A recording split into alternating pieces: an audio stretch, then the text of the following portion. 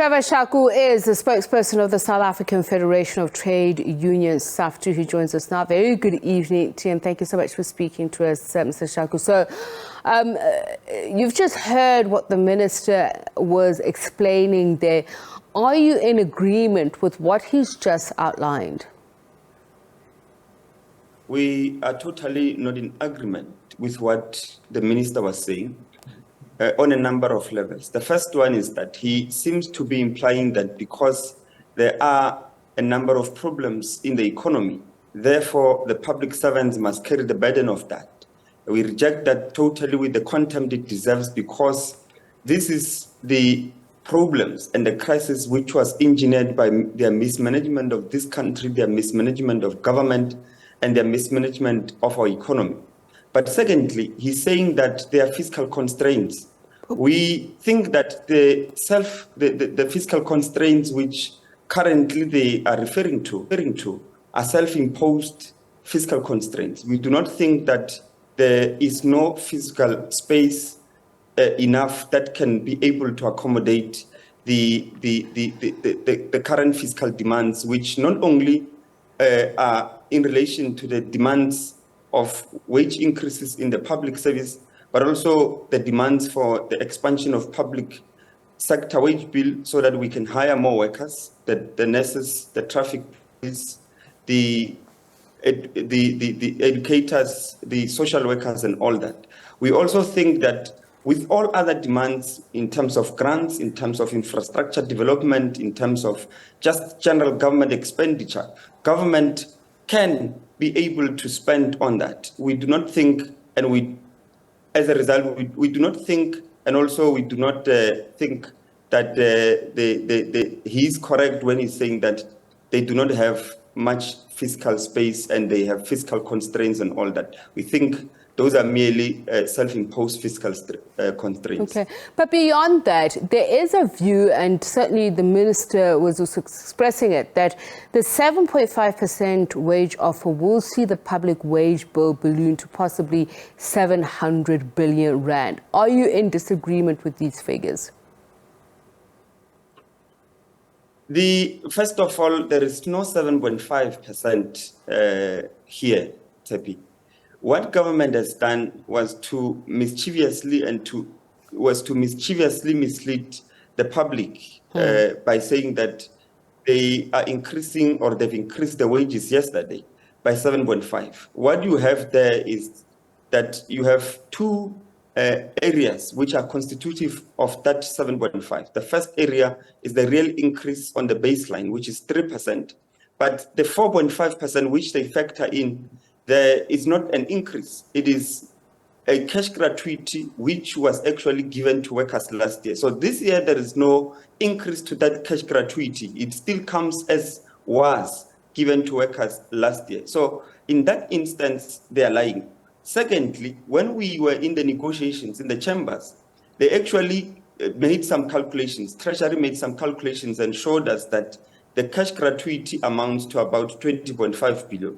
So we are demanding, of course, 10%. They said that the current projections which they had made for us would mean that if they were to concede to our demand, they would have to pay a total of about 49 billion.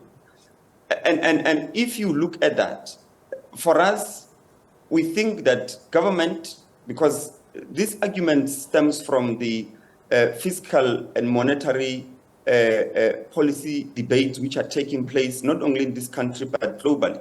We think that government can be able to do that, can be able to pay the demands as demanded by the public service workers.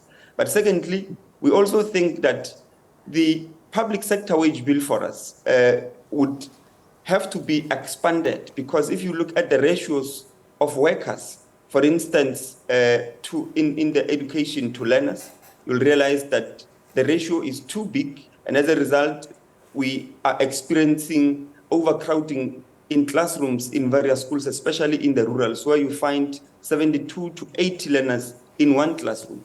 If you go to hospitals, we have seen that there were many queues in various clinics, and these queues could not even be attended to by the workers in those particular hospitals. And many people had to come back repeatedly to try to find services in those particular public institutions. We can go on in each and every department. You'll realize that the public institutions which are tasked with the responsibility of delivering those services are not able to. And the reason they are not able to, or one of the reasons they are not able to, is because they have a lesser staff, a lesser headcount, and as a result, they cannot simply meet the obligations of ensuring that they attend to our I want people. to go back to the figures, and I'm not dismissing you, but I really do want to get to this and the understanding. So we're told there's a 3% pensionable and 4.5% non-pensionable figure here. So the Acting Minister of Public Service and Administration, Tulas Nxesi, says the offer would add an extra 34 billion rand to the country's already strained fiscus, which you say is of their own doing.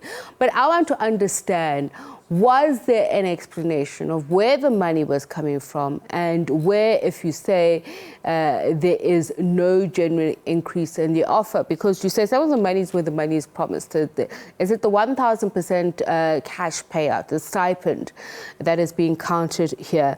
And the baseline 3% increase. How does this all add up to 7.5%? And was this an offer that was directly made to workers? The offers, or the offer which was made to us, was at least as far as we are concerned, is the 3%. They said they are continuing with the cash gratuity. And of course, they are continuing with the cash gratuity. It's not a new concession. And that's the reason why we're rejecting the factoring of the 4.5% into the 3%, making it 7.5. We're rejecting it on that basis. It is not a new offer, and it is not a new concession. It is money that was given to workers last year, and government is just simply continuing with that. So they're playing with figures, including when the finance minister said earlier on that he expects the wage bill to grow at a rate of 1.8% annually. Coming up to this figure, I mean, he first said it was 665 billion rand that South Africa already pays to public service employees, so that, you know, when you add up these figures, it would come to the 700 billion rand. So this 1.8% is basically what you're saying is government finally meeting a previous agreement, and it does not in any way affect this 3% that's already been unilaterally signed. Indeed, there were two things which we do not want to count in this particular offer. Okay. One would be the pay progression, which they should be paying. Of course, it is an obligation struck out of agreements of previous negotiations. The cash gratuity, again, like I said, it is an agreement struck out of last year's negotiations. So we can't factor them in there.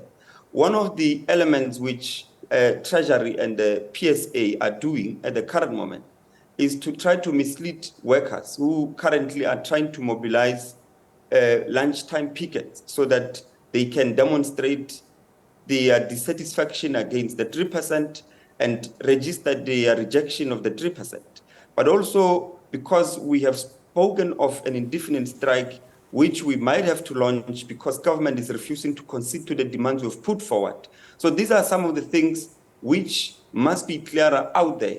So what government has offered in real terms and in reality, it's merely that 3%. All right. Thank you so much for speaking to us. Trevor Shaku is the spokesperson for the South African Federation of Trade Unions, Saftu. We're going to leave it there for now.